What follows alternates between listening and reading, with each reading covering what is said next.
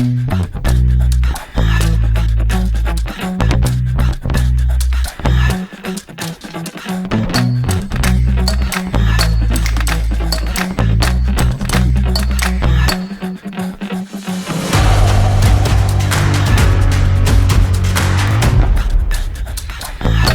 bonsoir à toutes et à tous. D'abord, je voudrais remercier le public qui est avec nous ce soir et qui va poser des questions à tous les candidats à la mairie de Paris, les 4 candidats qui vont se succéder ici. Je voudrais saluer toutes celles et ceux qui sont en direct sur YouTube Live, en direct et sur Twitch, évidemment. Alors là, sur Twitch et sur YouTube, on a pris l'antenne. Emmanuel Grégoire est avec nous. D'abord, merci d'être venu vous prêter à cet exercice. De l'invitation. Alors, je rappelle que nous sommes en direct sur YouTube Live et nous sommes en direct sur Twitch avec des réactions, déjà pas mal de réactions pour Rachida Dati qui vous a précédé, des questions qui ont été posées, des questions pratiques et vous allez avoir des questions pratiques, vous savez, sur la vie quotidienne des Parisiens. Alors, tout à l'heure, avant de commencer, j'ai posé une question toute simple. Est-ce qu'on vit mieux à Paris aujourd'hui qu'avant? Et la majorité de celles et ceux qui sont là, qui sont tous des Parisiens, jeunes et moins jeunes, m'ont dit non, on vit moins bien. Alors est-ce qu'on vit moins bien à Paris qu'avant? Alors, Emmanuel Grégoire. D'abord, merci beaucoup de l'invitation, merci de me recevoir. Et c'est un exercice qui me séduit beaucoup, j'ai l'habitude de le faire, d'avoir des échanges directs avec les Parisiennes et les Parisiens et de répondre à tout. C'est des questions agréables, désagréables, irritantes, les sujets de satisfaction et d'insatisfaction. D'abord, je suis bien mal placé pour juger à votre place ce que vous éprouvez et ce que vous pensez de la vie parisienne. Il y a dans chacun et dans chacune de nos vies des choses qui peuvent positiver ou non la relation qu'on a à la ville. Et pour le dire différemment, Paris, c'est la plus belle ville du monde et elle a pour beaucoup d'entre nous, d'entre vous, je l'imagine, une résonance magnifique par son histoire, par ce qu'elle est, par ce qu'elle incarne. Mais je sais à quel point cette ville peut être dure. Elle peut être dure parce que d'abord, si on vit à Paris et qu'on a des problèmes d'argent, de précarité économique, de précarité de santé, de manque de temps, de la façon dont on organise sa famille, c'est très différent d'être un jeune étudiant qui débarque, d'être une famille qui se construit, d'être un jeune actif, d'être une maman solo. On a aussi des situations et des parcours de vie qui rendent forcément personnel et très singulier la relation qu'on a à la ville. Ce que la gauche a fait depuis 4 mandatures, puisque c'est évidemment un héritage qui est le mien, c'est essayer de protéger les Parisiens contre les excès du marché. Paris, c'est une des villes les plus attractives du monde. Ça a des avantages, mais ça a d'immenses inconvénients. Le premier, c'est de peser très lourdement sur le pouvoir d'achat. Et là-dessus, je peux avoir des nuances, voire même des accords avec Rachida Dati. Personne ne fuit Paris, mais beaucoup sont chassés de Paris. Sont chassés parce qu'au gré d'histoires de vie personnelles, se mettre en ménage, se séparer, avoir un enfant, en avoir un deuxième, la pression immobilière est telle qu'on se fait chasser. Pourquoi je parle d'abord du logement? Parce que le logement, c'est ce qui pèse le plus sur le pouvoir d'achat, mais il y a tout ce qui va avec. C'est évidemment l'accès à l'alimentation, la question des prix de l'énergie. Et donc, c'est une ligne directrice très forte du projet qu'on veut construire. Comment on protège les Parisiennes et les Parisiens de ces mouvements de spéculation qui peuvent leur faire éprouver d'immenses difficultés au quotidien. Et la deuxième dimension, c'est le travail que nous avons entrepris pour l'amélioration de la qualité de vie de proximité. La question du développement du vélo, la question de l'apaisement de l'espace public, la question de la végétalisation. Et je sais à quel point c'est dur dans une ville aussi compacte que Paris, aussi dense, aussi utilisée, parce que vous savez qu'à Paris, il y a un peu plus de 2 millions d'habitants, mais il y a entre 3,7 et 4 millions de personnes qui la fréquentent chaque jour. C'est une intensité de fréquentation qui est quasi les plus importantes du monde. Combien ça suscite des conflits d'usage, parfois des incivilités, etc. Et que notre rôle à nous, c'est de le réguler. Et donc, si vous trouvez que la vie s'est dégradée, c'est donc qu'à titre personnel, vous n'avez pas encore rencontré suffisamment de résultats dans la politique que nous menons. Et j'espère vous convaincre ce soir que le projet que nous défendons le permettra assez largement. Bien, vous avez des questions à poser. Oui, je vois que... vous savez, c'est formidable cet exercice, Emmanuel Grégoire, parce que d'abord, on a un public formidable qui vit avec nos invités, qui pose les questions, des questions concrètes, des questions du quotidien. Alors je répète encore une fois, questions courtes et réponses courtes, Emmanuel Grégoire. Et puis je relancerai s'il le faut. C'est pas ma spécialité, mais je vous promets, il me tirera les oreilles si je suis trop... Oui. Ne vous inquiétez pas avec ça. Oui, monsieur. Bonjour, monsieur Grégoire. Je m'appelle Loïc, je suis étudiant et j'ai envie de vous poser une question qui n'est pas forcément bankable dans les médias, la question du handicap. Ainsi, que comptez-vous faire pour améliorer l'accessibilité aux personnes handicapées à l'école, dans les transports et sur le plan de la voirie? Je vous remercie. Alors, tout de suite, oui, une par une. Très bien. D'abord, un sujet majeur dans une ville qui souffre de défauts historiques très importants. Pourquoi? Ville compacte, rue étroite, dans laquelle vous faites passer des voitures, des bus, des vélos, des piétons, et une histoire urbaine qui ne garantit pas du tout l'accessibilité universelle. Et c'est le cas des équipements. D'abord, vous dire qu'on a énormément agi. 100% des équipements publics sont accessibles. 100%. Ça ne veut pas dire que tous les étages le sont, par exemple, dans les écoles, mais nous avons une accessibilité universelle sur les équipements publics de la ville. D'autre part, nous avons mené des projets pilotes, dits quartiers d'accessibilité universelle. Un quartier par arrondissement a rempli ses objectifs, et notamment ce qui a été beaucoup accéléré pour l'organisation des Jeux Olympiques et Paralympiques. C'est par exemple la mise en accessibilité de 100% du réseau de bus. Ça a nécessité beaucoup d'aménagements, mais c'est que les réseaux de bus, ils doivent normalement tous permettre d'entrer dans le bus directement avec un fauteuil roulant. Donc il faut mettre au droit le trottoir et l'entrée dans le bus. Nous devons progresser en la matière. Il y a encore des discriminations structurelles de notre ville au regard des réseaux de transport. C'est le métro. Le métro.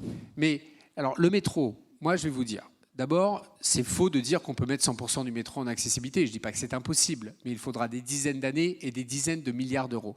Et le premier reproche que je formule sur le métro, c'est que c'est bien de parler d'aménager les stations dans le futur, mais on aurait pu commencer par aménager les stations où il y a eu des travaux. Je vais vous donner un exemple qui me choque profondément. La ligne 11 du métro, elle a été prolongée, vous le savez, des Lilas à Rosny-sous-Bois.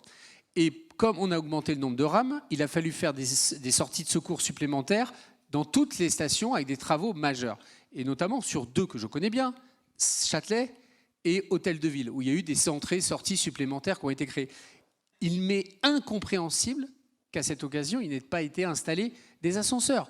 Parce que toutes les stations qui ont été construites en prolongation ont bien des ascenseurs, puisque c'est obligatoire désormais, comme c'est le cas pour le prolongement de la ligne 14, et comme ce sera le cas, et ça va être une révolution pour tout le Grand Paris Express. Mais à l'occasion des travaux à Châtelet et à Hôtel de Ville, il aurait dû être mis des ascenseurs. Alors, vous pourrez me dire, mais vous auriez pu essayer, ce n'est pas notre compétence, vous le savez, ce n'est pas la ville qui gère les réseaux de transport. Et donc, essayons d'être de bonne volonté. Moi, je veux vraiment travailler avec la région Île-de-France, puisque c'est la région qui pilote, pour qu'on mette en place un programme d'accessibilité avec deux axes prioritaires. La première, c'est que toute station qui fait l'objet de travaux importants devra être dotée d'un ascenseur. Et le deuxième, parce que c'est ça la réalité des personnes à mobilité réduite, c'est quand il y a un ascenseur, il doit marcher. Et il y a toujours des pannes dans les ascenseurs, vous le savez. Et donc, ça veut dire qu'il faut les doubler et un protocole de maintenance, parce que non seulement c'est difficile de se déplacer, mais dans les stations accessibles, quand vous débarquez et que l'ascenseur est en panne, il faut faire demi-tour, c'est absolument effroyable. Mais en tout cas, l'esprit de la loi de 2005 doit être mis en œuvre, et nous en avons fêté les 20 ans l'année dernière. Et une dernière observation sur les trottoirs. Il y a des rues qui sont trop étroites pour qu'on ait à la fois une chaussée avec de la circulation dessus et des trottoirs. J'ai pris un engagement d'aménagement, c'est que dans ces cas-là, nous allons faire des plateaux mixtes piétons et circulation à très petite vitesse, 20 km/h, pour faire en sorte d'avoir des plateaux uniques et plus obliger les personnes à mobilité réduite à faire des détours. C'est une stratégie de dessin de la rue qui permet de garantir son accessibilité. Bien, il va y avoir d'autres questions, mais Emmanuel Grégoire, juste un mot. Vous parliez du métro. Vous voulez ouvrir certaines lignes de métro 24 heures sur 24 ? Oui, je veux le faire pour trois raisons. La première, c'est que pour la vie nocturne, Paris, vous savez, c'est la plus importante place européenne de vie nocturne. Je parle souvent, c'est le Grand Paris quand je dis ça, parce que évidemment, ce qui se passe à Aubervilliers, à Pantin, etc., c'est le Paris à l'échelle du monde. C'est la plus belle ville de vie nocturne avec un nombre de lieux qui ont été créés incroyable. Mais des problèmes évidemment d'accessibilité et deuxièmement, je le dis parce que c'est très lié, des problèmes d'insécurité où on doit renforcer les moyens pour garantir la sécurité, en particulier prévenir les violences sexuelles et sexistes contre les femmes entre les lieux de nuit et les hubs de transport. Deuxième raison, les travailleurs de première ligne. Les travailleurs de première ligne, vous les connaissez, ils habitent très loin parce qu'ils ont des faibles rémunérations, ils ont des prises de poste extrêmement tôt, ce sont ceux qui nettoient les bureaux, ce sont ceux qui font de la logistique urbaine, ce sont ceux qui embauchent pour piloter les métros précisément dont on a besoin, etc. Ils sont contraints de venir en voiture parce que quand vous êtes sur une prise de poste à 6 h du matin et que vous habitez loin, il est impossible d'utiliser le réseau de transport en commun. Et la troisième est plus symbolique et très importante, toutes les grandes villes du monde, toutes les grandes capitales du monde, et Paris est l'une des plus grandes, puisque c'est la plus fréquentée, ont mis en place des réseaux 24/24. Alors ce n'est pas simple, ça coûte de l'argent, donc je n'ai pas de baguette magique, on devra y travailler, mais symboliquement, et je le crois avec un axe prioritaire, c'est le réseau du Grand Paris Express et les lignes automatisées. Donc le Grand Paris Express, la ligne 1, la ligne 14, la ligne 4 permettront d'entamer la modernisation, une révolution symbolique positive pour notre métropole. Bien, je résume. Vous pouvez applaudir. Tout à l'heure, Rachida Dati a été applaudie. Ça me fait plaisir. Moi, j'aime bien les applaudissements. Je voudrais préciser une chose. Je fais juste une petite parenthèse, Emmanuel Grégoire. Juste préciser une chose, parce que ça a fait débat sur les réseaux sociaux. L'équipe de Sophia Chikirou m'a accusé de ne pas l'avoir invitée.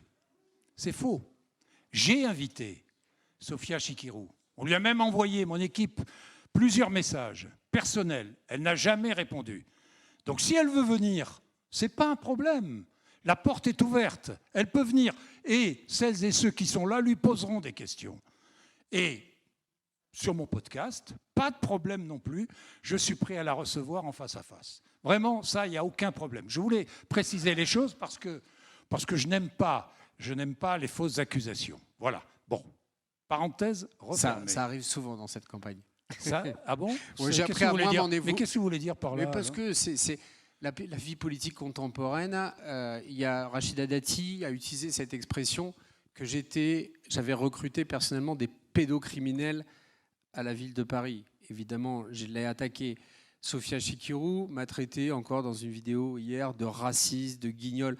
Ce n'est pas ma conception du débat démocratique. Je pense qu'on peut avoir des confrontations de projets sans tomber dans l'invective et l'insulte. Et je bois du thé et je reste zen. Bien.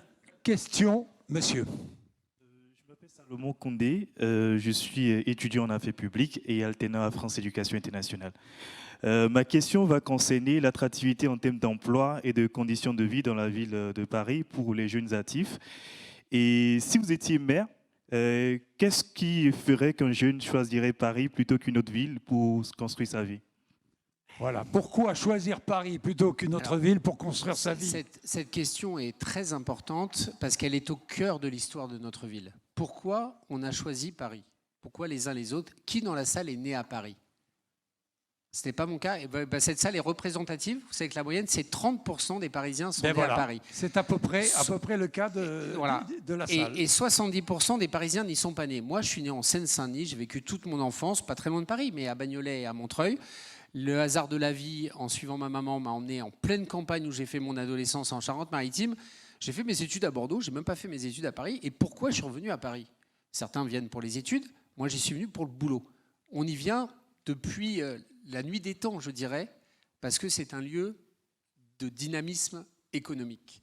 On y vient, pas seulement, on ne vient pas pour la Tour Eiffel et le Louvre, c'est pas vrai. Ça, on peut en tomber amoureux après, ou pendant ou avant, mais on vient parce qu'on cherche à construire nos vies, au sens très large que cela peut représenter, sur le plan affectif, sur le plan familial, sur le plan d'abord professionnel et sur le plan étudiant. Le Grand Paris, c'est la plus grande ville étudiante du monde. Voilà, en termes de nombre d'étudiants. Elle a des défauts d'ailleurs, Paris, intramuros. C'est que de moins en moins d'étudiants peuvent venir y habiter tellement le logement est cher et vous m'entendrez beaucoup parler de logement parce que c'est ma priorité absolue. Et donc, pourquoi venir à Paris? Parce que c'est un lieu d'émancipation, c'est un lieu de liberté, c'est un lieu de méritocratie, c'est un lieu de progrès pour des trajectoires individuelles. et que c'est au cœur de l'histoire, non seulement de Paris, mais aussi du Grand Paris. Pourquoi ? Parce que ce qui a fait le Grand Paris, c'est que Paris s'est étalé. Paris a grandi au fait du développement de sa population et de son dynamisme. Et donc, quelle est notre mission à nous, entre guillemets, pour que des gens continuent à venir ? Qu'on soutienne l'emploi, qu'on soutienne l'attractivité économique, qu'on rende le cadre de vie agréable. Et ça mixe plein d'enjeux, de dynamisme culturel, d'activités sportives, de transition écologique de la ville aussi pour la rendre plus agréable dans les moments de plus en plus nombreux où il va faire très très chaud. Bref, notre rôle à nous dans l'histoire, c'est mandat après mandat d'essayer de continuer à faire de Paris un phare qui rayonne, qui attire, pas contre les territoires, mais en partenariat avec les territoires, parce qu'un jour, nos vies nous amènent à repartir quelque part au gré d'opportunités professionnelles, et j'en suis très heureux ainsi. Simplement, je veux que quand on parte de Paris, on le fasse par choix, et pas sous la contrainte de la spéculation et de l'éviction ou de la ségrégation. Bien, alors justement, question concrète. Sur le logement, on va commencer avec le logement. Qui a une question concrète sur le logement à poser? Ouais, beaucoup. Monsieur qui n'a pas posé de question encore, allez-y, monsieur. Bonjour. Présentez-vous. Bonjour, donc je m'appelle Damien, j'habite à Paris, dans l'est de Paris. J'aurais une question concernant le logement social, où il y a quand même eu quelques vidéos un peu accablantes qui ont circulé concernant des logements qui sont gérés par Paris Habitat. Et depuis peu, il y a une médiatisation par le journal Le Parisien d'un scandale qui concerne Paris Habitat, qui est quand même le principal bailleur social de Paris et qui dépend quand même de la ville de Paris. Et en fait, donc, il y a eu un scandale concernant des surfacturations. Je dis bien au conditionnel parce que ça n'a pas encore été jugé, pour des montants visiblement importants, avec des conséquences néfastes pour la vie quotidienne des gens qui habitent dans ces logements. Avec des complicités entre certains salariés de Paris Habitat et des fournisseurs, quoi, des prestataires. C'est cela, hein, Emmanuel Grégoire. Et à côté de ça, il y a quand même quand même des élus qui sont adjoints de Madame Hidalgo, maire de Paris. Pour ne pas les nommer, il y a par exemple M. Yann Brossat, Monsieur Éric Pliez ou Monsieur Jérôme Coumet, si je ne me trompe pas, qui siègent au conseil d'administration de Paris Habitat, qui auraient été destinataires plutôt de mails d'alerte de la part de la CFDT depuis déjà plusieurs années, sans conséquences. Et même certains syndiqués, certains employés syndiqués de la CFDT auraient été sanctionnés. Voilà. Et donc, alors, tout ça. Les enquêtes sont en cours, nous verrons bien. Je vais demander à Emmanuel Grégoire de répondre parce que, Emmanuel Grégoire, d'autant plus que Yann Brossat est sur votre liste. Mais les trois. Les trois, même. Je suis triplement coupable. Les trois sont triplement coupables. Vous dire d'ailleurs quelques Grégoire. éléments. D'abord, je vois que vous avez bien lu l'article et il est bien normal que vous me posiez des questions et que j'y réponde. Moi, ce sujet-là, j'ai découvert non pas dans la presse, mais dans l'appel du journaliste qui a été passé à la mairie, qui m'a permis d'être informé. Et comme je suis quelqu'un de rigoureux, je me renseigne, je regarde et j'essaye de démêler le vrai du faux. D'abord, la ville de Paris, comme toute institution, c'est immense, c'est grand. Alors, il peut toujours se passer des problèmes. Et à l'évidence, s'il n'y avait pas de problème qui sortait, ce ne serait pas normal. D'accord ? Et ensuite, il y a plein de gens qui sont accusés. D'ailleurs, la ministre que vous venez de recevoir, elle est renvoyée en correctionnel pour corruption. C'est beaucoup plus précis comme accusation. Tiens, juste une petite parenthèse. Parce que, est-ce que vous estimez que moralement, elle peut se présenter à la mairie de Paris? Alors, la morale et moi, en matière démocratique, je fais d'abord confiance au droit. Est-ce qu'elle a le droit d'être candidate? La réponse est oui. Je veux laisser aucune ambiguïté là-dessus. Le droit. Sur le plan moral, je serais caché chez moi dans un sous-sol si j'étais renvoyé en correctionnel pour corruption. C'est-à-dire que je serais frappé d'une indignité Rachida morale. Dati, vous seriez caché dans un sous-sol. Oui, je m'occuperai de mes affaires judiciaires et je laisserai la vie publique de côté. Mais moi, vous savez, je suis très exigeant là-dessus, très exigeant. Peut-être un peu trop, parce que j'ai l'impression que ça n'atteint pas tout le monde. Mais pour être précis, parce qu'y compris quand les attaques sont formulées par des gens, il faut quand même veiller à ce que l'émetteur de l'attaque soit assez irréprochable lui-même. D'accord. Donc je rappelle, parce que c'est aussi un enjeu démocratique, que la principale candidate, c'est-à-dire c'est moi ou Rachida Dati qui va être maire. C'est comme ça que ça va se passer. Rachida Dati, elle est renvoyée. Mais je reviens sur le sujet sur lequel vous m'avez saisi. Mais simplement que dans la stratégie de on met des affaires dans les affaires et on rajoute des affaires, à la fin personne n'y comprend bien, on voit bien que cette campagne est un modèle du genre. D'abord, l'affaire que vous évoquez est connue de Paris Habitat, puisqu'elle a fait l'objet d'un procès. Les agents qui ont été découverts et qui avaient 2 personnes de mémoire, j'ai peut-être doute là-dessus, qui avaient été mêlées à cette affaire, sont allés au tribunal, ont été condamnés, dont l'un de la prison d'ailleurs, parce que quand il y a des malversations, il peut y en avoir partout, on les dénonce, elles sont jugées, et il y a des condamnations. Deuxième chose, les allégations supplémentaires qui ont, par un lanceur d'alerte, on peut l'appeler comme ça, elles ont été identifiées et avant toute chose, elles ont été transmises à la justice. Comme on le fait d'habitude. Il y a un problème, vous transmettez à la justice et la justice a la charge de mener les investigations en toute indépendance et le cas échéant de sanctionner les personnes. De ce qui m'a été dit, et j'y mets toute la nuance et la prudence de quelqu'un qui n'est pas concerné par le sujet et qui n'en était pas informé précédemment, c'est que c'est lié à des comportements individuels, qu'il n'y en a pas de nouveaux qui ont été découverts après contrôle par Paris Habitat, et donc que Paris Habitat, la direction générale de Paris Habitat, est très sereine et va répondre au juge en conséquence, qui sera chargé d'ouvrir ce dossier. Et donc je vous le dis, je ne sens aucune inquiétude chez Paris Habitat, nouvelle par rapport à l'affaire de 2016 qui est déjà jugée. Et quant à évoquer les 3 noms que vous évoquez, et vous les avez parfaitement identifiés, ce sont 3 élus qui sont membres du conseil d'administration parce qu'ils sont conseillers de Paris et qu'ils ont été désignés au titre de la majorité au conseil d'administration de Paris Habitat. Je ne sais pas, je n'ai pas le nom en tête, mais j'imagine même qu'il y a un représentant de l'opposition, sans doute, au conseil d'administration. Eh bien, pardon ? Ah ben voilà, il y en a un, comme je le pensais. Donc il y a au moins un autre nom qu'il faudrait citer, en plus des 3 que vous avez déjà cités, Jean-Baptiste Olivier, qui est le tête de liste de Rachida Dati, dans un arrondissement. Il est au moins autant concerné que les autres sur ces alertes. Et de ce que je sais, il s'agissait de tracts syndicaux qui avaient été donnés aux membres du conseil d'administration, qui avaient fait l'objet d'ailleurs d'une transmission qui était bien identifiée par la direction. Bref, je vous donne mon sentiment. Mon sentiment, c'est que, 1, on ne traite pas le sujet à la légère puisqu'il y a une saisine de la justice, et deuxièmement, je ne crois pas que ça suscite des inquiétudes à la direction générale. Bien. Bref, ce sont des accusations qui vont au-delà des faits, manifestement. Bien, ce qui m'intéresse aussi, et ce qui vous intéresse évidemment, c'est le logement. Jean-Jacques, plus important, oui. L'insalubrité. L'insalubrité des logements, c'est beaucoup plus important. Parce que ça, c'est vrai. De beaucoup de logements publics, de logements sociaux. Mais moi, là-dessus, d'abord, il y a des situations qui sont anormales.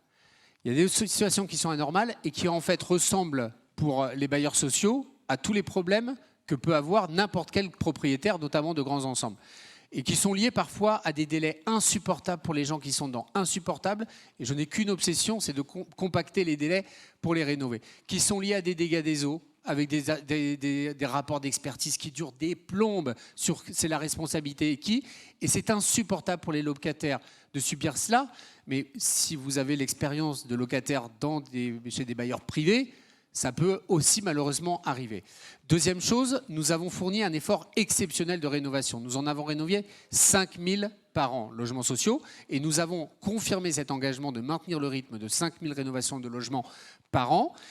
C'est sans doute pas assez vite, notamment pour ceux qui sont dans des situations pénibles. J'ai d'ailleurs demandé à mes futures équipes de prioriser les ensembles qui sont les plus problématiques, et avec des cas différents pour que vous en compreniez la complexité. C'est quand vous faites une rénovation extrêmement lourde, ce qui est nécessaire dans un bâti de Paris Habitat, qui est de loin le plus grand office d'HLM de France. Hein. On parle, je ne sais pas, 150 000 logements, je crois, de mémoire dans le parc de Paris Habitat. Quand vous êtes propriétaire de 150 000 logements qui ont été construits pour la plupart dans l'aménagement de la ceinture des HBM, entre la fin du 19e et le début du 20e, certes rénové depuis, mais c'est du bâti qui est assez ancien. Il faut sortir les gens des logements pour faire les rénovations complètes, donc des opérations tiroirs extrêmement lourdes à organiser. Vraiment, n'y voyez aucune indulgence. Je ne supporte pas ces situations de souffrance individuelle des locataires, et donc on mettra le paquet d'abord sur les ensembles dégradés. Emmanuel Grégoire, question sur Twitch. J'aimerais que vous développiez sur la crise du logement à Paris. Quelles solutions apporter? Quelles solutions apportez-vous? Parce que c'est bien, le logement social. Vous proposez de construire 60 000 nouveaux logements publics, je ne me trompe pas. Hein. Bien, ça c'est une chose. Mais il n'y a pas que du logement social. Il y a aussi du logement, je ne sais pas, quelqu'un qui travaille à Paris qui malheureusement n'arrive pas à se loger. Il n'a pas droit à un logement social, mais il n'arrive pas à se loger parce que les loyers sont trop chers, parce qu'il n'y a pas de logement en location. Il n'y a pas de logement en location. Alors, que proposez-vous? Alors, 3 leviers. 3 leviers d'action. Un connu, les 2 autres sont très innovants. D'abord, un constat, 80% des salariés parisiens ne peuvent pas accéder au marché privé. Le marché privé est devenu tellement cher que même les gens qui gagnent bien leur vie ne trouvent pas de logement. On a 3 leviers pour répondre à la crise, pour ne pas être trop long. Le premier, c'est de continuer le logement social. Rachida Dati, elle est contre. Nous, on dit que c'est indispensable. Parce que si vous voulez loger les catégories C de la fonction publique, les faibles rémunérations... Sarah Knafo va même à un moratoire sur les logements sociaux. Oui, alors j'écoute pas trop Sarah Knafo, ça me fait gagner beaucoup de temps et de sérénité. Il y a plus de 300 000 demandeurs de logement. Quasiment aucun d'entre eux ne peut accéder au marché privé du logement, et pas qu'à l'échelle de Paris Intramuros, à l'échelle du Grand Paris. Dire on arrête de faire du logement social, c'est aggraver une crise du logement historique, qui est à peu près de la même gravité que celle qu'a connue notre pays dans les années 50, dans un niveau de décalage entre l'offre et la demande. Donc, on va continuer les logements sociaux. Nous sommes engagés à en construire 30 000 de plus sur la mandature.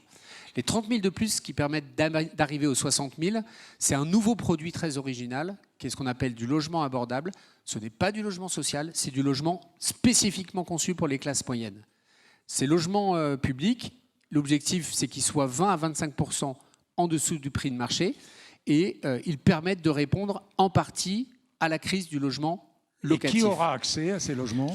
Les classes moyennes, avec des appels de l'anonymisation, c'est quelque chose qui ressemblera à l'accès au logement social. Simplement, c'est hors critères logements sociaux. Pas de priorité pour ceux qui travaillent à Paris, pas de priorité par exemple pour les infirmières, pas de priorité pour les employés qui travaillent dans des écoles, pas de priorité. Si, mais quand vous faites la liste de toutes les priorités, en réalité, vous n'en avez plus. Si c'est pour nos agents de la fonction publique, si c'est pour les infirmières, les policiers, les enseignants, les travailleurs du secteur de la culture, les travailleurs faiblement rémunérés qui travaillent dans la restauration, etc. Nous avons tous des priorités et tous les corps professionnels, toutes les branches professionnelles viennent me voir en me disant « nous avons besoin d'une politique prioritaire ». Bref, ça rappelle un truc essentiel, c'est que le logement, c'est vital pour tout le monde et que tout le monde a le droit d'en avoir un. Et donc, il faut aller taper large. Donc, 1, logement social. 2, les logements abordables. Et 3, il faut mener une guerre thermonucléaire à la spéculation. Qu'est-ce que ça veut dire? Moi, je porte l'interdiction des meublés touristiques permanents. À Paris, il y a 300 000 logements vides. À Paris, il y a 1,4 million de logements à Paris. Il y en a 300 000 qui sont dits vacants. C'est quoi des logements vacants? C'est des logements qui sont des meublés touristiques de façon permanente, qui sont des résidences secondaires ou qui sont parfois tout simplement vides. Vides parce que c'est un bon produit de placement. Certains préfèrent ne pas les louer, et c'est l'une des raisons pour lesquelles on se voit. Et donc, on va lutter contre la vacance et contre la fraude. L'interdiction des meublés touristiques permanents, la lutte contre les meublés touristiques illégaux, la question de la fiscalité des résidences secondaires et des logements vacants, de façon à provoquer un choc d'offres et essayer... Je ne vais pas vous dire, moi j'ai pas de baguette magique, c'est pas moi qui fais la loi du marché entre l'offre et la demande. Mais simplement, nous avons des outils qui viennent aider à lutter contre les emballements spéculatifs. Et je mets dedans la question de l'encadrement des loyers, la question de relibérer des logements qui aujourd'hui sont largement consacrés aux bureaux dans un certain nombre de quartiers historiques. Je cite le 7e, je cite le 8e, je cite ce qu'on appelle le triangle d'or. Il y a des rues entières de Paris où il n'y a aucun habitant, zéro, parce que c'est que des bureaux. Et historiquement, ce n'était pas du bureau. C'était historiquement des logements. Et ça, c'est un grand mouvement de développement du bureau dans la seconde moitié du XXe siècle. Et dans un effet d'emballement lié à l'hyper-attractivité du cœur de Paris, le logement, j'y consacrerai les 2/3 de mes journées parce que c'est la mère de toutes les batailles. C'est celle qui permet de protéger toutes les catégories de la population. C'est celle qui permet de réguler les effets pervers du marché. Moi, je suis pour une économie de marché, mais une économie régulée, pas celle qui nous marche dessus, pas celle qui nous spolie et pas celle qui chasse les Parisiens. Ce sera au cœur de mon action. Mais Emmanuel Grégoire, vous parliez d'Airbnb, mais 70% des propositions sur Airbnb viennent de personnes qui louent leur résidence principale. Ça, je suis totalement pour. Qu'on loue un meublé touristique quand soi-même on va en vacances, qu'on le loue, je suis totalement favorable à ça. Mais ce phénomène qui défracte Paris, il défracte Nice, il défrate la Côte Basque, la Bretagne. Pourquoi ce sont des sujets... Pourquoi on ne l'a pas fait d'abord pendant des années? Parce que nous n'avions pas les moyens juridiques de le faire. On s'est battu avec des coalitions de villes et de territoires qui voyaient déferler les investisseurs, souvent internationaux, souvent multipropriétaires. Les gens, ils ont 5, 10, 15, 20 appartements. Et si on est allé avec le maire de Nice, avec le maire de Saint-Malo, avec le maire de Biarritz et de bien d'autres territoires, alors qu'on est franchement de couleurs politiques totalement différentes, pour dire mais regardez ce qui se passe, nos centres-villes se vident sous l'effet de la spéculation et on n'a plus de vrais habitants. On ne peut plus loger les actifs, ça crée des problèmes d'ailleurs économiques majeurs, d'attractivité d'emploi, parce que quand vous habitez à 50 bornes, quand c'est en province et que vous venez bosser, franchement, il faut être motivé. Et à Paris, un étalement urbain et surtout un effet inflationniste. Et donc ce sera vraiment l'essentiel. Moi je dis toujours, si vous avez une mesure, quelle est la mesure principale? C'est le logement, le logement, le logement, le logement.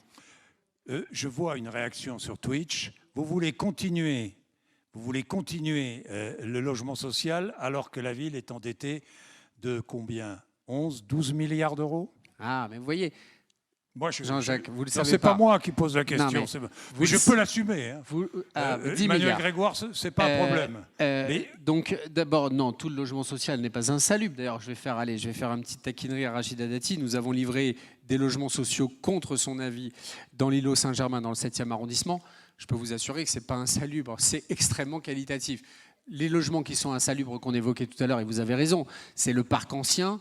Et il est situé où? Dans les quartiers populaires. C'est entre les Maréchaux et le périphérique. La ceinture des HBM qui a été aménagée dans les années 20, les années 30 à Paris, qui est plutôt avec parfois des jolies, des qualités architecturales réelles, mais qui se sont dégradées avec le temps. Et il faut de temps en temps vraiment quasiment les reconstruire à neuf, au sens où la rénovation est extrêmement lourde. L'endettement. Vous pourrez utiliser cet argument pour tous les autres. Vraiment, il y a un mensonge immense que je veux clarifier. Je ne dis pas qu'on n'a pas dépensé d'argent, nous en avons dépensé beaucoup. Mais la vraie question, c'est est-ce que c'était utile? Voilà. La ville de Paris, elle n'a aucun problème d'endettement. Mais vraiment, je vous explique pourquoi, il faut comprendre. C'est vraiment, je vous explique pourquoi. Je vois le scepticisme, mais c'est mon rôle de faire de la pédagogie et puis mon rôle de vous convaincre ou pas, mais ça, après, c'est votre liberté. La ville de Paris, elle a augmenté entre 2014 et 2026 la dette de 4,3 à 9,4 milliards d'euros. Arrondissons à 10, même si c'est en fait beaucoup moins. Et pas 11 et 12 comme certains adversaires l'annonnent dans les médias. À quoi ça sert? D'abord, dire une chose, parce que c'est une règle que la loi impose. La loi, elle impose des choses aux collectivités territoriales, dont l'État s'exonère totalement, lui. Hein. Puis c'est agréable de se pouvoir donner des leçons par des gens qui ont ruiné le pays. Parce que s'il y a un problème dans notre pays, c'est évidemment les finances de l'État. Pourquoi? Parce que la loi, elle impose 3 choses aux collectivités locales. La première, c'est que c'est interdit de faire du déficit. C'est interdit. Une collectivité locale n'a pas le droit d'être en déficit. Nous devons être en excédent budgétaire. Et dans les mauvaises années, la pire c'était 2020, c'était l'année du Covid, nous sommes tombés à un peu moins de 200 millions d'euros d'excédent budgétaire. De positif. Hein. En 2025, nous faisons près de 800 millions d'euros d'excédent budgétaire. 800 millions d'euros, il faut comprendre la différence entre les recettes et les dépenses. La deuxième règle qui s'impose aux collectivités, c'est qu'il est interdit pour une collectivité d'utiliser de la dette pour autre chose que pour un investissement. L'État, lui, il fait de la dette pour payer son fonctionnement courant. Il paye les salaires, il paye les dépenses d'assurance maladie, il crame de la dette pour payer le fonctionnement. Et d'une certaine manière, nous faisons payer par les générations futures ce que nous consommons maintenant. Et ça pose un problème de soutenabilité. Et donc, ces investissements, c'est quoi? C'est à 90% de l'investissement immobilier. C'est d'abord 130 000 logements sociaux supplémentaires entre 2001 et 2026. Vous êtes propriétaire de 130 000 logements sociaux, pas individuellement, mais collectivement. Et la valeur financière de ces 130 000 logements, elle est énorme. Et les gens qui contrôlent nos comptes, à la fois la Cour des comptes et notre commissaire aux comptes, qui certifie nos comptes, puisque nous sommes une collectivité certifiée, c'est très rare, mais nous, on l'est, ils évaluent l'évolution des actifs. Donc, je vous ai dit 4,3 à 9,4, donc en gros 5 milliards de dettes supplémentaires en 2 mandatures. En même temps, les actifs sont passés de 24 milliards d'euros à 47 milliards d'euros, selon un mécanisme que les gens riches comprennent bien. C'est qu'à Paris, quand vous vous endettez pour acheter de l'immobilier, en fait, vous vous enrichissez. Parce qu'on emprunte à des taux extrêmement faibles. Pour les spécialistes, on est quasiment au même taux d'intérêt que l'État, d'accord ? Mais dans un marché immobilier qui est extrêmement dynamique. Et des gens ont construit des fortunes incommensurables à leur profit et voudraient en faire le reproche. Par contre, quand vous augmentez votre dette, ce qui est capital, c'est d'être sûr de pouvoir la rembourser dans la durée. Voilà. Et là-dessus, j'ai fait des annonces de rigueur budgétaire. D'abord avec des économies. Nous allons faire des économies pour faire en sorte d'avoir une structure financière saine. Et la deuxième chose, c'est qu'on ne peut pas continuer à emprunter autant. Et donc, on va devoir dégager plus d'excédents budgétaires, d'avoir plus de recettes par rapport aux dépenses pour financer nos investissements, plus par nos excédents que par l'emprunt. Je connais ça extrêmement bien. Donc vous assumez le bilan d'Anne Hidalgo. J'assume totalement. Le bilan d'Anne Hidalgo. Et je vais vous dire une dernière chose. Et à votre disposition pour le compléter. Ce procès sur la dette, c'est celui que faisait Margaret Thatcher sur la dépense publique. C'est ce que fait le président argentin sur la dépense publique. C'est le procès des gens riches, et ils ont le droit, qui ne veulent pas contribuer à des mécanismes de redistribution en faveur des quartiers et des gens qui en ont le plus besoin. Il y a 2 moyens de financer les politiques publiques. L'impôt et l'endettement, à la condition de pouvoir le soutenir. Et compte tenu des faibles taux d'intérêt, nous avons jugé que pendant longtemps, il était préférable de recourir à l'emprunt, parce qu'en plus, comme ce sont des biens dont on a l'usage pendant très longtemps, il est normal de les rembourser au fur et à mesure plutôt que de les payer d'un coup.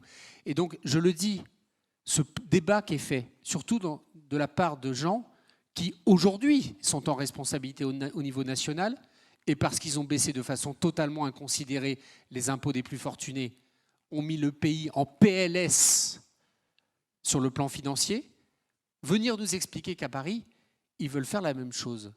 Des promesses de baisse d'impôts, des promesses de baisse de l'investissement public, tout ça aura une conséquence, pas du tout d'assainir les finances de la ville, c'est d'étouffer économiquement notre territoire. Et donc faites attention, n'écoutez jamais les riches quand ils donnent des conseils sur ce plan-là, ils ont généralement quelques intentions cachées. Mais Emmanuel Grégoire, question quand même, je reviens à la première question, comment se loger dans Paris ? Et qu'est-ce que vous proposez pour aider les Parisiennes et les Parisiens à mieux se loger dans cette ville magnifique, mais qui devient excessivement chère ? Mais elle devient chère parce que que peut faire une infirmière ? Je prenais l'exemple qui est au Blanc-Ménil et qui est infirmière dans un grand hôpital parisien et qui est obligée de venir tous les matins et tous les soirs, de rentrer chez ses parents parce qu'elle ne peut pas se loger à Paris. D'abord du logement social. Je vais vous dire, allez pas faire croire à une infirmière du Blanc-Ménil que sans faire de logement social, sans faire l'encadrement des loyers, elle pourra par un coup de baguette magique se louer un appartement dans le 7e ou dans le 11e. C'est un mensonge. Et quand on a un marché qui est si profondément spéculatif et augmente si vertigineusement les prix, qu'est-ce qu'on fait ? On fait des logements qui sortent de la logique de marché. C'est le principe des logements sociaux, c'est le principe du logement abordable. Et deuxièmement, on déchaîne les feux de l'enfer pour réguler le marché et éviter ces excès. C'est toujours pareil, le marché. Alors comment faites-vous pour le logement social, le logement privé ? Mais je l'ai dit tout à l'heure, mais je le redis, la question de l'encadrement des loyers, la question du choc d'offres, parce que plus vous augmentez le stock de logements disponibles, plus il y a d'offres, plus les prix ont tendance à baisser ou en tout cas à se modérer dans leur augmentation. Donc il faut provoquer un choc d'offres, il faut encadrer les loyers pour les excès. Il faut comprendre l'encadrement des loyers, ça peut avoir des effets pervers, je ne le nie pas, mais ça marche très bien pour le pouvoir d'achat, ça marche très bien pour protéger le pouvoir d'achat. C'est un gain de plusieurs centaines d'euros par an. Sauf qu'avec le bail code civil aujourd'hui, tout est détourné. Vous avez totalement raison, ce qui prouve qu'il y a encore des failles dans la législation, mais à quel moment le bail civil, vous le savez, c'est un détournement de l'esprit de la loi qui est frauduleux. Et donc nous ferons une chasse aux faux baux civils. C'est ce que c'est un bail civil, c'est une forme juridique un peu particulière qui fait que pour éviter l'encadrement des loyers et faire un peu ce qu'on veut, au lieu de signer, comme c'est l'usage, un bail d'habitation, comme vous et moi, on le signe, on fait un bail civil qui sont normalement réservés à des locations atypiques. C'est par exemple, j'ai une mission 3 mois, au lieu de signer un bail d'habitation, je signe un bail civil pour 3 mois, parce que je veux louer, mais je ne peux pas m'engager dans un bail d'habitation qui, vrai, protège le locataire et donc peut mettre... il détourne cela en faisant signer du bail civil alors que ça devrait être légalement du bail d'habitation. Et donc, c'est une fraude et donc nous irons le chasser. Et donc là-dessus, on a annoncé la création d'une brigade de protection du logement que les locataires pourront saisir, que des copropriétés pourront saisir, parce qu'il y a aussi les conflits en copropriété, où vous avez dans un immeuble l'un qui fait n'importe quoi, qui fait du meublé touristique alors qu'il sait qu'il n'a pas le droit, mais il s'en fout, et les autres copropriétaires sont quand même un peu démunis pour agir. Je connais ces mécanismes parfaitement, nous allons mettre des agents qui vont être chargés de ça, ils vont aller chasser les fraudeurs. On ne peut pas accepter, moi je suis contre la délinquance dans la rue, là. Vous savez, celle du harcèlement, celle des violences, celle des vols à l'arraché, mais je n'accepte pas plus, et peut-être encore moins, la délinquance en col blanc qui s'est organisée autour des effets pervers de marché. On va aller chasser tous les délinquants, même quand ce sont des multipropriétaires qui spéculent et qui escroquent des locataires. Question au fond. Oui, Tony. Bonsoir, Tony Gomez pour le think tank Sentinelle.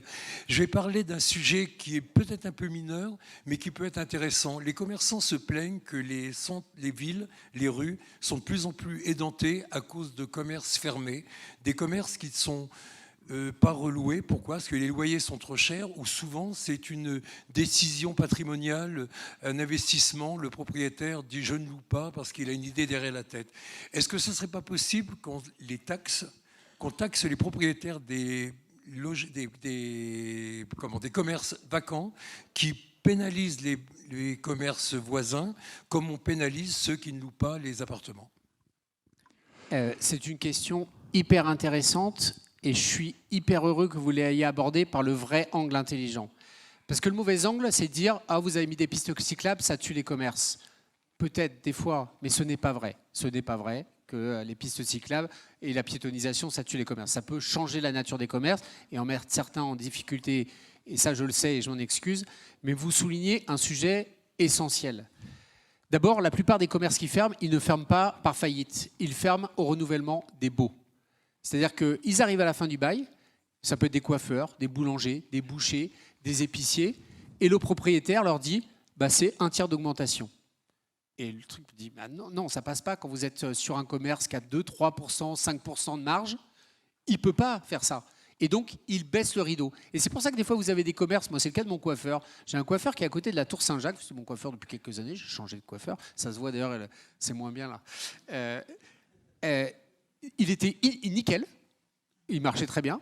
Et d'un seul coup, ils ont mis un panneau, dans 1 mois, on ferme. Et je lui dis, mais qu'est-ce qui se passe ? Il me dit, bah, on a reçu un renouvellement de bail. Il est hors de question que je re-signe, je ne peux pas, etc. Et deuxième chose, tout à fait vrai, il y a des investisseurs qui, c'est pas tous, il ne faut pas généraliser, mais il y a des investisseurs qui ont intérêt à ne pas relouer parce que quand ils envisagent notamment de vendre le bien, c'est plus simple de vendre un bien vide que de le vendre occupé par des baux commerciaux et ou par des baux d'habitation. Et donc là, j'ai fait 2 propositions qui, je le dis, ne sont pas de la compétence de la ville. Et moi, quand je dis j'ai une proposition, mais que je sais que je ne pourrais pas le faire tout de suite, je le dis. La première, c'est que j'ai déposé une proposition de loi avec des collègues d'autres villes, d'autres grandes villes. Toutes les grandes villes du monde sont concernées par ces phénomènes-là. Et Paris, d'ailleurs, est plutôt préservé. Paris est la ville du monde où il y a le plus de commerce par habitant, et de très loin. Et j'ai toujours un chiffre en tête, il y a plus de librairies dans le 14e arrondissement que dans tout New York. Et il faut être fier de ça, parce que c'est consubstantiel de l'art de vivre parisien. Proposer une proposition de loi pour l'encadrement des loyers commerciaux, pour éviter ces effets spéculatifs qui augmentent. Et qu'est-ce qu'ils recherchent ? Eh ben, c'est à remplacer un petit commerce, ça peut être un fleuriste, un coiffeur, par un client qui a plus de potentiel d'achat. Et c'est quoi ? C'est beaucoup des chaînes de restauration rapide, beaucoup de chaînes de magasins à forte notoriété, qu'on aime bien sans doute, mais enfin, on ne veut pas en voir tous les 100 mètres à Paris. Et le deuxième sujet, j'ai proposé de faire un truc qu'a fait la ville de Londres, parce que j'ai beaucoup travaillé avec la ville de Londres. Ils ont fait un truc, ce qui s'appelle d'enchères obligatoires. À Londres, Quand vous avez un commerce qui est vide depuis plus de 24 mois, ils ont mis, au-delà de 24 mois, le propriétaire n'a pas le choix, il y a un système d'enchères, et c'est celui qui propose le prix le plus élevé qui signe, et le propriétaire n'a pas le choix, il doit le louer. Et donc évidemment, l'idée n'est pas d'utiliser ces... mais c'est une incitation pour les propriétaires à ne pas déconner trop longtemps et à remettre leurs locaux sur le marché. D'ailleurs, il y a une autre question, mais que ça on n'a pas la réponse et vous n'aurez pas la réponse, mais moi je me pose la question, je pense que c'est un débat qu'on doit avoir. Beaucoup de commerces servent à blanchir de l'argent, notamment l'argent de la drogue.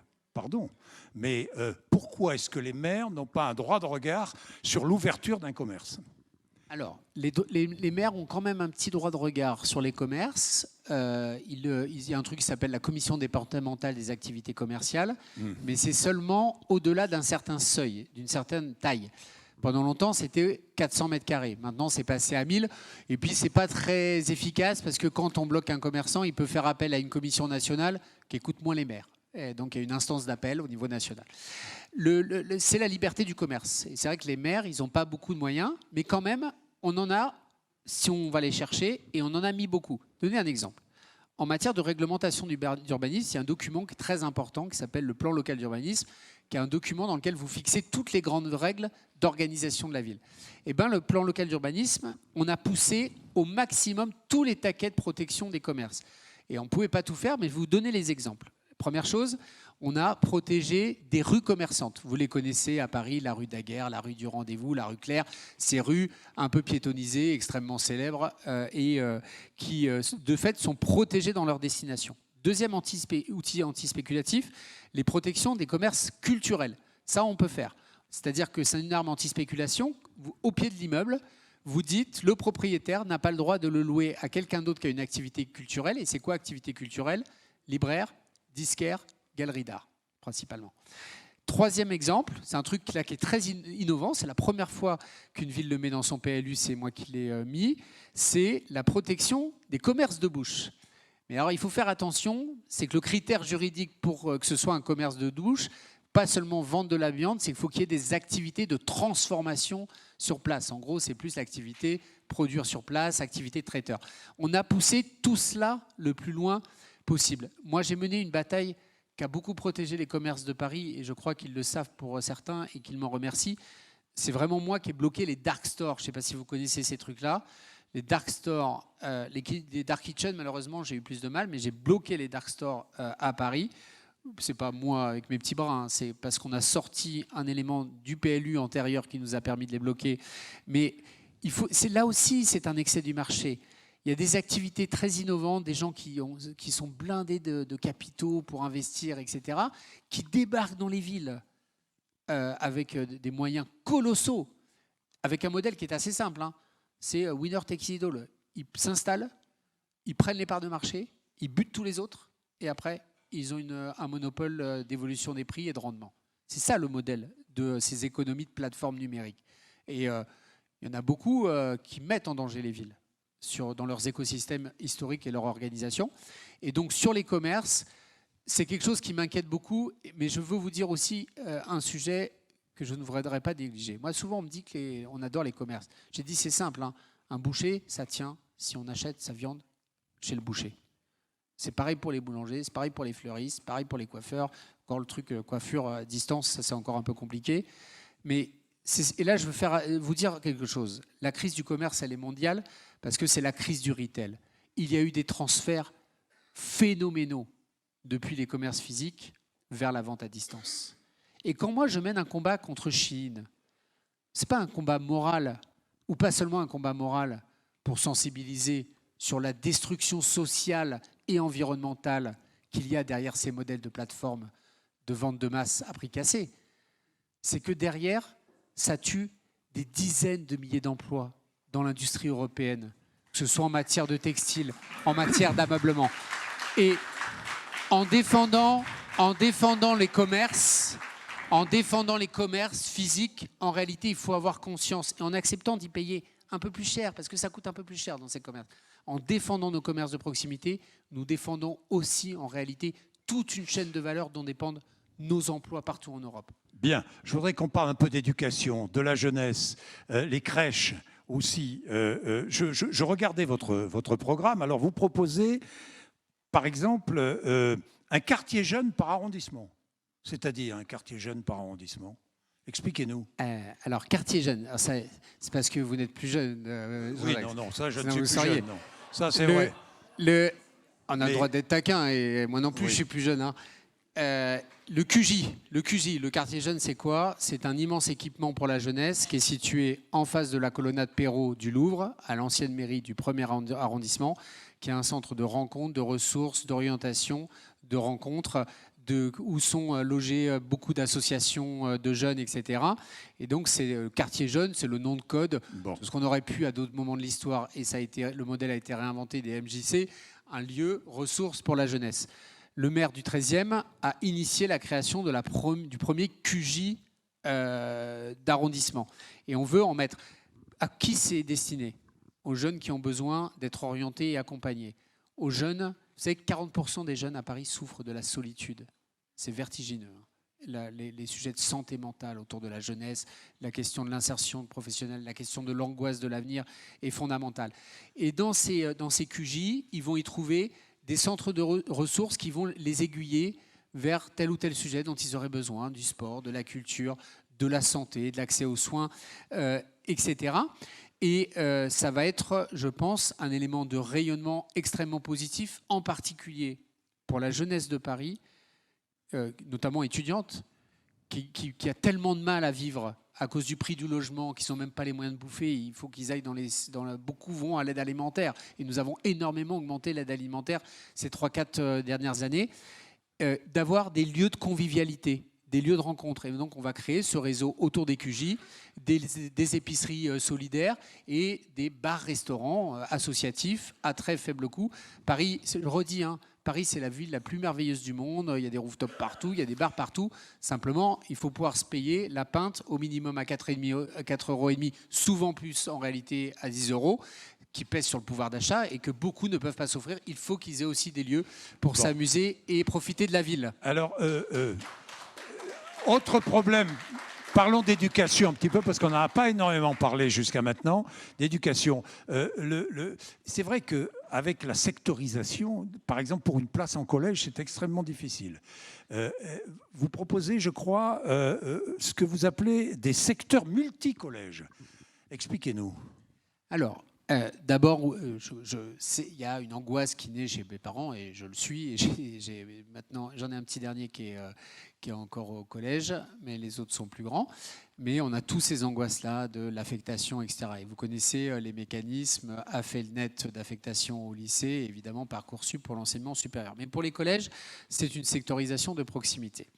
Le principe du secteur multicollège, c'est de dire il y a des endroits où il y a un collège qui va vraiment pas bien, un autre qui va beaucoup mieux. Est-ce qu'on ne pourrait pas faire en sorte que tout le monde aille un peu mieux en organisant différemment les recrutements?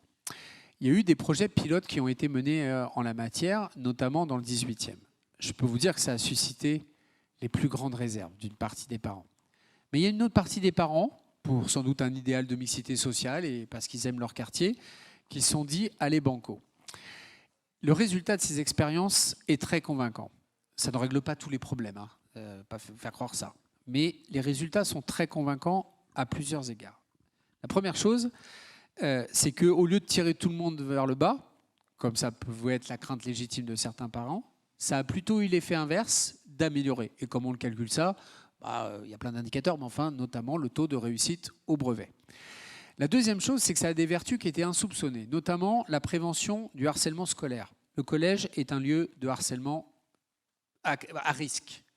Pourquoi? Parce qu'on y fait cohabiter des petits sixièmes et des grands troisièmes à un moment de la vie où chaque année a des impacts de transformation sur les corps, sur les mentalités extrêmement forts. Et en faisant les secteurs multicollèges, on arrive à spécialiser des collèges en section 6e, 5e, d'autres sur les sections plutôt 4e, 3e, et que ça a eu un effet bénéfique sur la prévention du risque sur le harcèlement.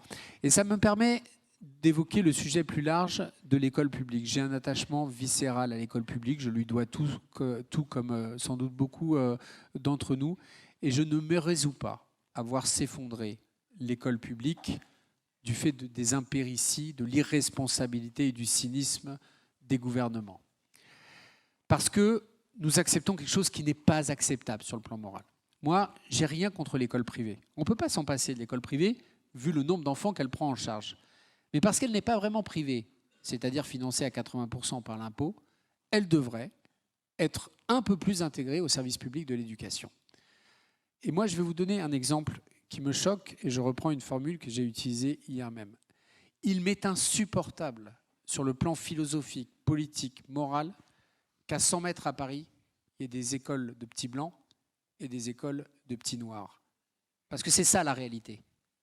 À quel moment dans notre tête, on s'est dit que c'était normal d'accepter des mécanismes de ségrégation par couleur de peau? Moi, j'étais dans des écoles en Seine-Saint-Denis où il y avait 20 nationalités dans la classe. Et on vivait tout ça de façon extrêmement heureuse.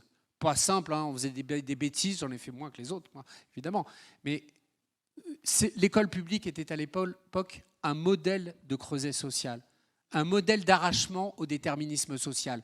C'est ce qu'elle doit revenir, et c'est pourquoi, après le logement, l'école publique est la plus grande de nos priorités.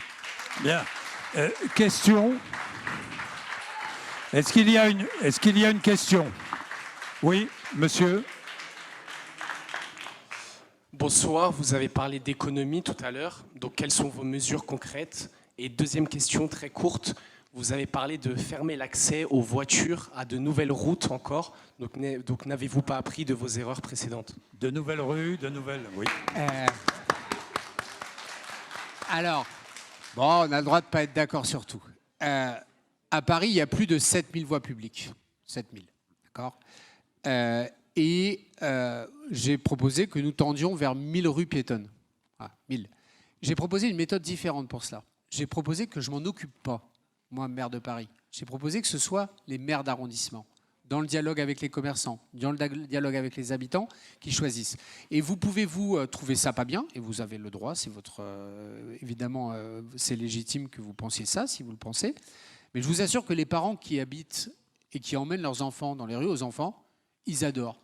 Quand vous demandez aux Parisiens leur avis sur les rues aux enfants, ce qu'on appelle les rues aux écoles, hein, le plébiscite est total. Et pourtant, on a bien fermé des voies à des voitures. Mais parce que, d'une certaine manière, quand on prend une décision, elle a toujours des impacts négatifs. Et vous avez raison, on est obligé de le reconnaître, parfois même de s'en excuser. Quand on réduit la place de la voiture, ça crée de la contrainte supplémentaire sur la voiture. Mais nous ne devons le faire que si nous considérons que les avantages, au nom de l'intérêt général, de les fermer, sont supérieurs. La sécurité des enfants, la végétalisation, la lutte contre la pollution, la lutte contre le bruit. Mais vous avez le droit de préférer utiliser votre voiture. Et donc ça, je l'assume. Et ça, c'est une vision de la ville. Et d'ailleurs, je vois bien que nos adversaires ont beaucoup bougé. Quand on a fermé les voies sur berge, Rachida Dati, elle a passé 6 ans à expliquer qu'il fallait les réouvrir. Là, comme par hasard, elle ne veut plus les réouvrir. Quand on a fait les aménagements des cœurs piétons, les maires de droite n'étaient pas franchement emballés. Aujourd'hui, ils nous appellent pour en faire.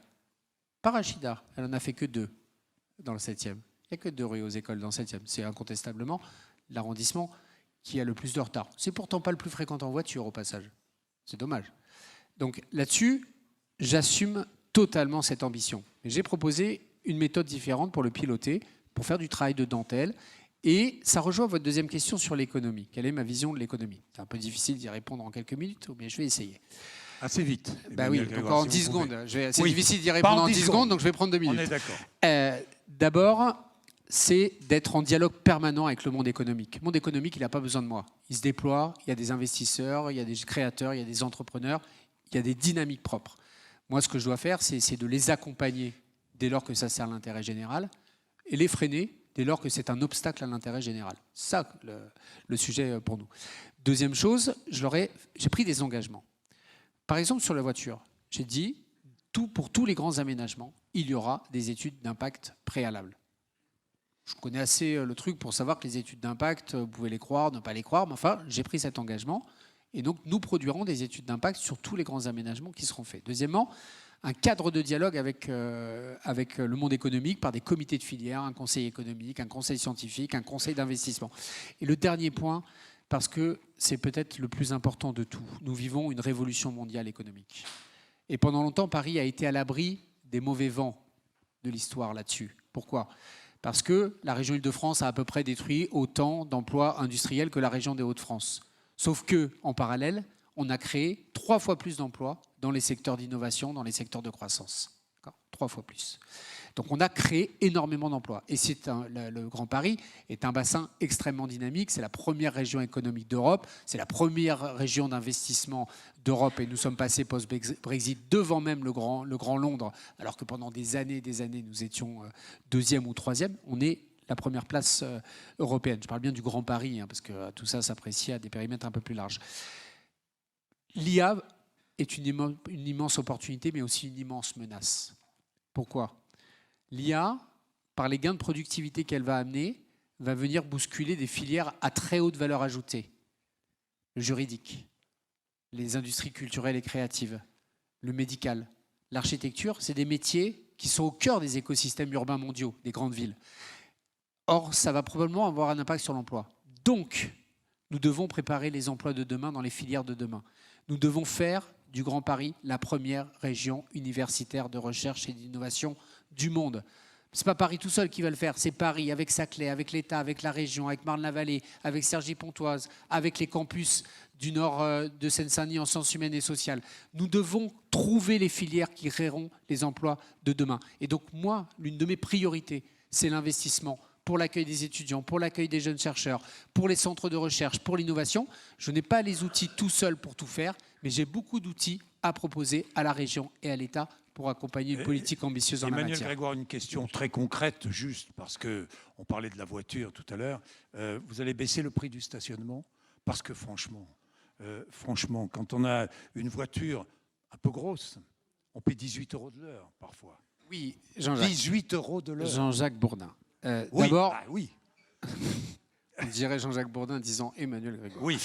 Moi, je n'ai pas de voiture. Alors donc, vous voyez, d'abord, 80% des Parisiens désormais n'ont plus de voiture. Ils ne les utilisent plus au quotidien. Et je rappelle que pour 100% des Parisiens, il y a au moins le stationnement résidentiel. Et le stationnement résidentiel, pardon de vous dire, il n'est pas à 18 € de l'heure, il est à 1,50 € de la semaine. Pardon, par jour. Par jour et avec la carte d'abonnement. Je connais tout ça par cœur. Les tarifs du stationnement rotatif, c'est quoi ? C'est 2, 4, 12 € et 3, 6, 18. Donc vous prenez parmi les 6 tarifs le plus élevé des 6, c'est-à-dire pour les SUV, sur lequel il y a des sujets de frontières. Et j'en conviens, je suis tout à fait prêt à les regarder. Il y a des véhicules de plus de 2 tonnes qui sont des formats familiaux. Ce n'est pas nous qui avons fait les règles, et les barres, c'est celle des bonus-malus pour les achats de véhicules propres.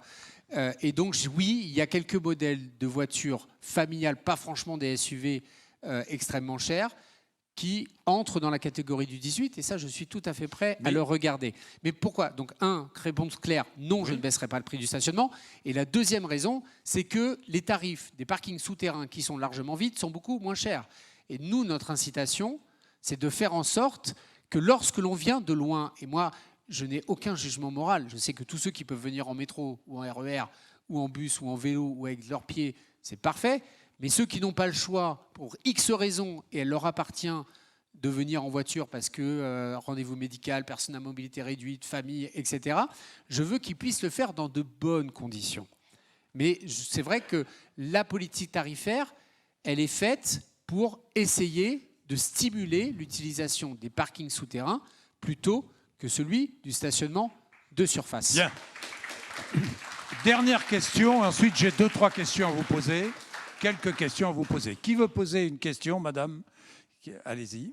Ou là-bas, monsieur. Allez, monsieur, parce que vous avez un micro, pardon. Oui. Oui. Bonjour, Philippe Chassani, je suis chef d'entreprise, je travaille dans l'IA. Vous l'avez cité tout à l'heure. Ma question porte sur la gestion de la mairie de Paris. On a analysé un petit peu tout cela avec le rapport de la Cour des comptes. L'absentéisme à la mairie de Paris, c'est 33 jours par an, alors que la moyenne nationale, on est plus entre 20 et 22. Ça représente environ 1 700 000 jours non travaillés. C'est payé par les contribuables parisiens. Donc, est-ce que vous êtes responsable de ça ? Portez-vous une responsabilité dans tout cela ? Est-ce que vous trouvez ça normal ? Et est-ce que vous allez, dans les rapports donc à venir, détailler un petit peu, parce qu'il n'y a aucun détail sur direction par direction de tout cela, rien n'est documenté. Alors, pardonnez-moi, ce n'est pas vrai, mais c'est sans doute parce qu'on communique mal. Il y a un document qui est publié chaque année, il est obligatoire, ça s'appelle historiquement le rapport social, et vous avez les chiffres d'absence au travail par direction. Donc, quel détail. Deuxièmement, il vous aurait permis d'observer que ce chiffre de 33% qui est cité par les oppositions est faux. Alors, quel est-il ? On pourra. Alors, quel est-il ? D'abord, ça dépend des directions. Oui. Et deuxièmement, Ça, c'est comme le fût du canon. oui, mais enfin, ça dépend des métiers et ça Oui. dépend des filières.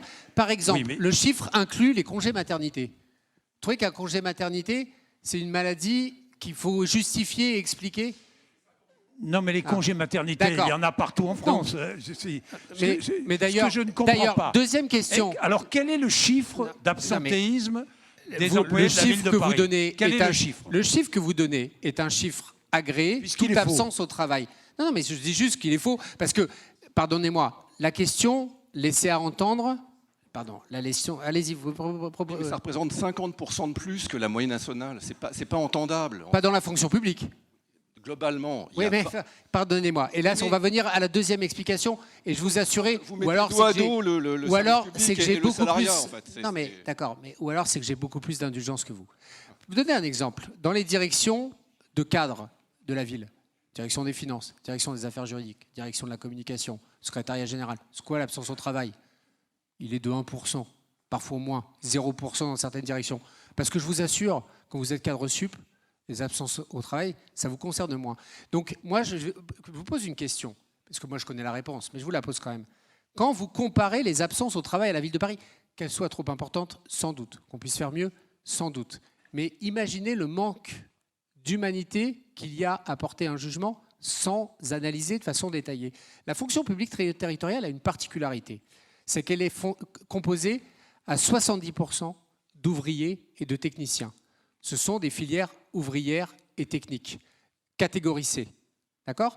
L'État, lui, a une proportion beaucoup plus importante de cadres A. D'accord ? Qu'est-ce que c'est nos grandes cohortes d'agents ? La propreté, 8 000. Les affaires scolaires, 15 000. La DFPE, la petite enfance, autour de 7 000 également. Des métiers qui sont ultra exigeants.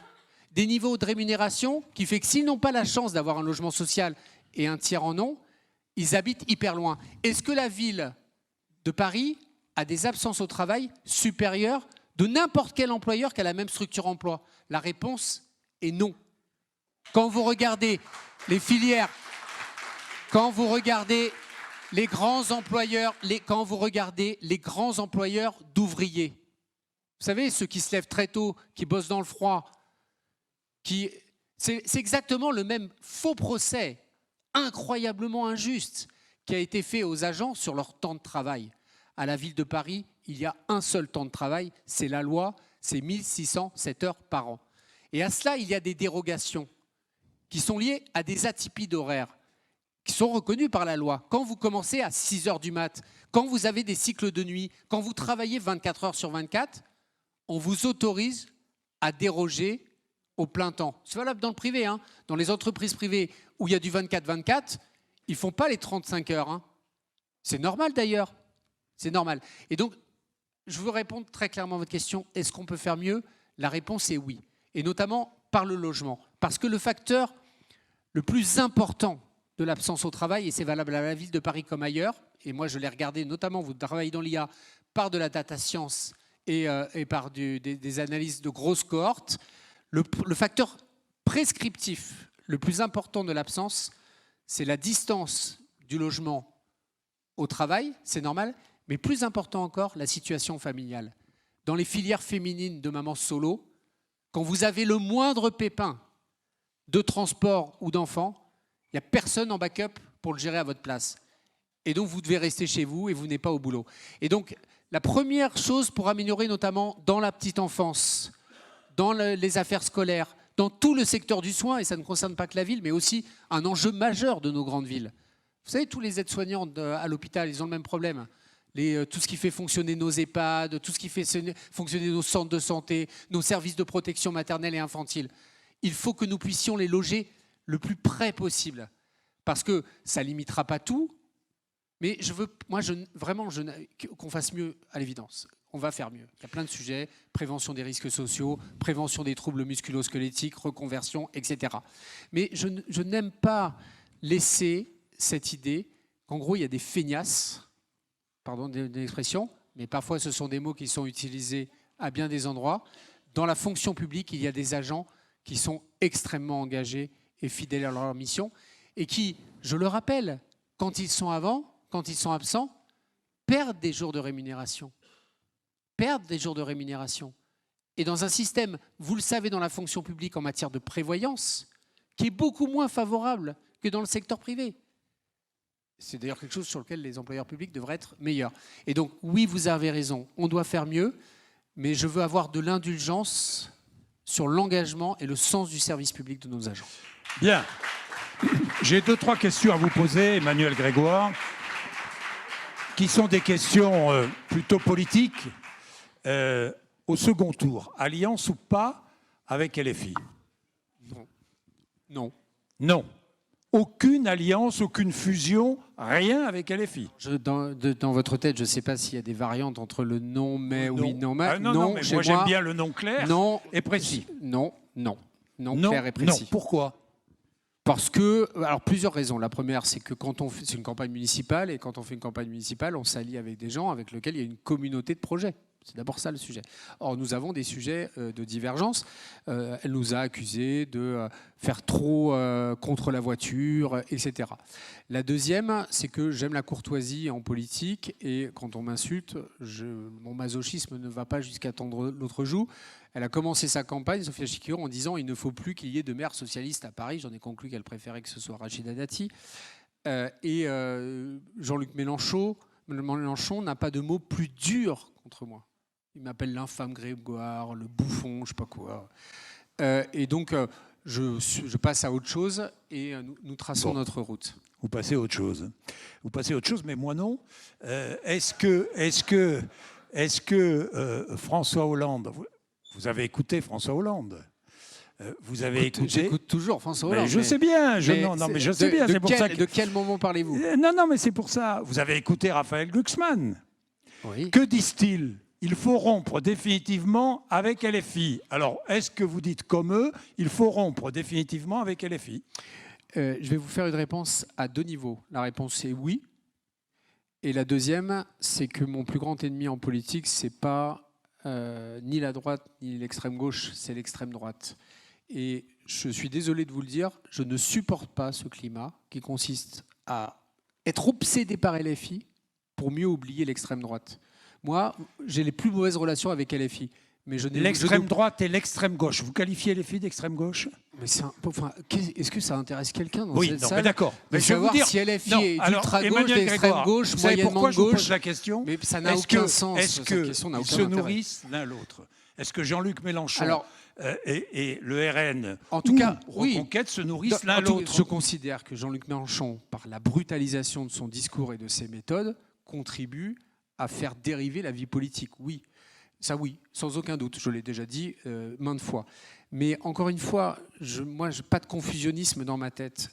Je vois bien le manège qui consiste à saturer l'espace médiatique dans la critique systématique de LFI. Et moi, j'ai un jugement très dur sur LFI, vous le comprenez. Mais mon obsession, c'est d'empêcher la victoire de l'extrême droite et la confusion qu'il y a entre la droite républicaine telle que je l'ai toujours respectée dans l'histoire, et je la connais bien. Et moi, je respecte la droite, je respecte les différences, les confrontations, mais par contre, la confusion de la droite républicaine qui s'abandonne à l'extrême droite, c'est une souffrance qui, dans notre histoire, a conduit aux pires choses. Emmanuel Grégoire, justement, vous venez indirectement à ma question suivante. Est-ce que vous avez dit, la ville est menacée par une vague brune? C'est ce que vous avez dit. Oui. Une vague brune, ça veut dire quoi? Ça veut dire que pour vous, Rachida Dati contribue à l'arrivée à Paris d'une vague brune. Alors, Pour être plus j'ai précis, pas bien est-ce que compris. l'extrême droite... Expliquez-nous. Mais si, vous comprenez tout très bien, Jacques Bourdin. Mais c'est une belle formule rhétorique, par contre. Oui.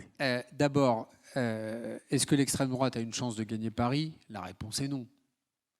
Par contre, est-ce qu'on est à un plus haut niveau historique de l'extrême droite à Paris? La réponse est oui. Est-ce que nous observons à Paris aura des incidences majeures pour 2027 dans ce que vous observez de la confusion? Et je le dis pour un homme que j'ai beaucoup combattu dans mon histoire, Jacques Chirac. Jacques Chirac, dans la tradition de l'héritage gaulliste qui était le sien, incarnait une droite totalement hermétique à l'extrême droite, à son histoire et à la menace qu'elle fait peser, puisque le principe en politique, c'est qu'il faut d'abord avoir de la mémoire. Aujourd'hui, cette frontière, elle s'estompe, et vous le voyez chaque jour dans le journal, par des provocations, par des surenchères, parfois par la panique de perdre sa surface électorale. Et d'une certaine manière, la vague brune nationale a d'immenses conséquences sur le climat parisien. Et moi, ce que j'observe, c'est que, comme le disait Baudelaire, la plus belle des ruses du diable, c'est vous faire croire qu'il n'existe pas. Quand vous voyez Sarah Knafo, femme très dynamique, talentueuse, très diplômée, qui fait une campagne sur la ville heureuse qui a estompé à peu près tout ce qui évoquait le Rassemblement national et l'extrême droite, ou Reconquête, jusqu'à effacer son compagnon d'ailleurs, à l'exception de, évidemment, son obsession pour la bagnole. C'est une ruse pour faire oublier ce qu'ils sont. Qu'est-ce qu'ils sont? Et peut-être dans la salle, y a-t-il des gens qui vont me hurler dessus ou qui vont trouver que je suis pas juste de dire ça, mais c'est aussi la liberté du démocratique pour moi de le dire et pour vous de ne pas l'accepter. C'est que c'est la politique la plus réactionnaire qui met en menace ce qui fait l'histoire même et l'essence même de notre ville. À Paris, il y a un habitant sur 4 qui n'est pas né en France. À Paris, il y a un habitant sur 2 qui a des ascendants immigrés.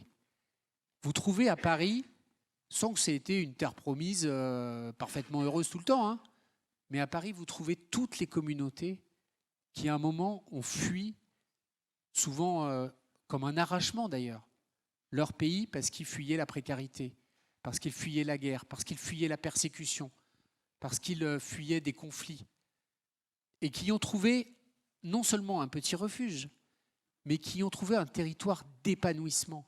Que serait notre ville sans son histoire migratoire? Que serait notre pays sans l'apport et le cosmopolitisme qu'elle a permis de générer, culturel, gastronomique, sportif, intellectuel, en matière de recherche? Et je ne dis pas qu'il n'y a pas de problème, je ne suis pas naïf, mais nous sommes un démonstrateur qu'on peut vivre ensemble et qu'on peut vivre bien.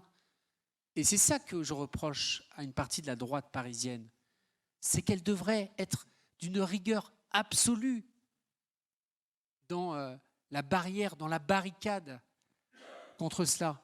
Moi, vous savez, je n'ai pas de jugement moral sur ceux qui, parce qu'ils souffrent, se laissent tenter par des idées un peu dures et radicales qui consistent à dire puisque c'est la merde, on ne va pas partager et il n'y a pas de raison qu'on partage alors que c'est si difficile pour nous et en l'occurrence pour chacun. J'en dénonce l'absurdité programmatique. Mais moi, je veux faire cela. Je veux porter un Paris fier de lui, fier de ses quartiers, fier de son histoire, qui est capable de se projeter dans l'avenir sans se mettre la tête dans le sac en se disant « Oh là là, ça va être la catastrophe, c'est n'importe quoi, il faut monter les barricades, il faut fermer les volets et tirer les rideaux. » Parce que c'est pas ça Paris, c'est pas ça son histoire, c'est pas ça notre rôle, y compris dans le monde. Tout le monde nous regarde. Le monde entier nous regarde. La France, elle a toujours connu des pays difficiles, des périodes difficiles, Paris aussi d'ailleurs. Mais Paris a toujours incarné cela, sur le plan symbolique, sur le plan philosophique. Et on peut très bien être en désaccord, jouer des alternances politiques, sans sacrifier l'essentiel. Ce qui m'a conduit, moi, comme électeur de gauche, à voter 4 fois pour un candidat de droite. 4 fois.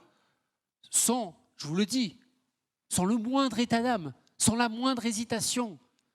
J'ai voté pour Jacques Chirac en 2002 alors que je m'étais engagé contre lui pour soutenir Lionel Jospin. Mais je suis allé voter Jacques Chirac avec plaisir au 2e tour et avec le plaisir de la perspective qu'ils mettent une énorme tôle à Jean-Marie Le Pen. Et j'ai voté à d'autres moments de ma vie, et vous le savez, aux dernières élections présidentielles, pas pour mes idées, pour protéger l'essentiel. Et je trouve qu'une partie de la droite républicaine continue à le porter. Je le dis par exemple pour un monsieur comme Xavier Bertrand, mais trop peu, tournant le dos à ce qui est même l'histoire de la droite républicaine, c'est-à-dire une droite gaulliste, régalienne, très ferme, avec laquelle j'ai beaucoup de différends philosophiques, politiques, etc. Et moi je le dis, je ne sacrifierai jamais l'essentiel pour des histoires de sens interdit, de pistes cyclables. Nous parlons de la France, nous parlons de Paris, nous parlons d'une menace structurelle qui souffle à l'échelle du monde entier. Et donc je vous le dis, si je suis maire de Paris, ou comme j'aime à le dire maintenant, quand je serai maire de Paris, je serai un protecteur, un rempart contre cette menace, plus symbolique, je le sais, plus politique que juridique. Mais je serai cela et je suis persuadé que beaucoup de Parisiennes et de Parisiens veulent que nous soyons ça. Bien. Merci beaucoup, Emmanuel Grégoire. Merci d'être venu nous voir. Merci infiniment à vous tous. Merci beaucoup. Je voudrais remercier évidemment Jean-Marc Dumonté, propriétaire de la salle Gaveau, Caroline et l'équipe de la salle Gaveau. On a été bien reçus. C'est une magnifique salle. Grégoire Olivreau, Adrien et toute l'équipe d'Eden Prod, les équipes de campagne des candidats et mon équipe du podcast Bourdin Média. Je vous rappelle aussi que vous pouvez évidemment vous abonner à ma chaîne, que vous retrouverez sur toutes les plateformes. C'est pas compliqué. Bourdin Média, vous vous abonnez. Et comme ça, vous pourrez écouter tous nos podcasts, ceux qu'on a déjà publiés, ceux qui vont arriver ces prochains jours. Merci beaucoup.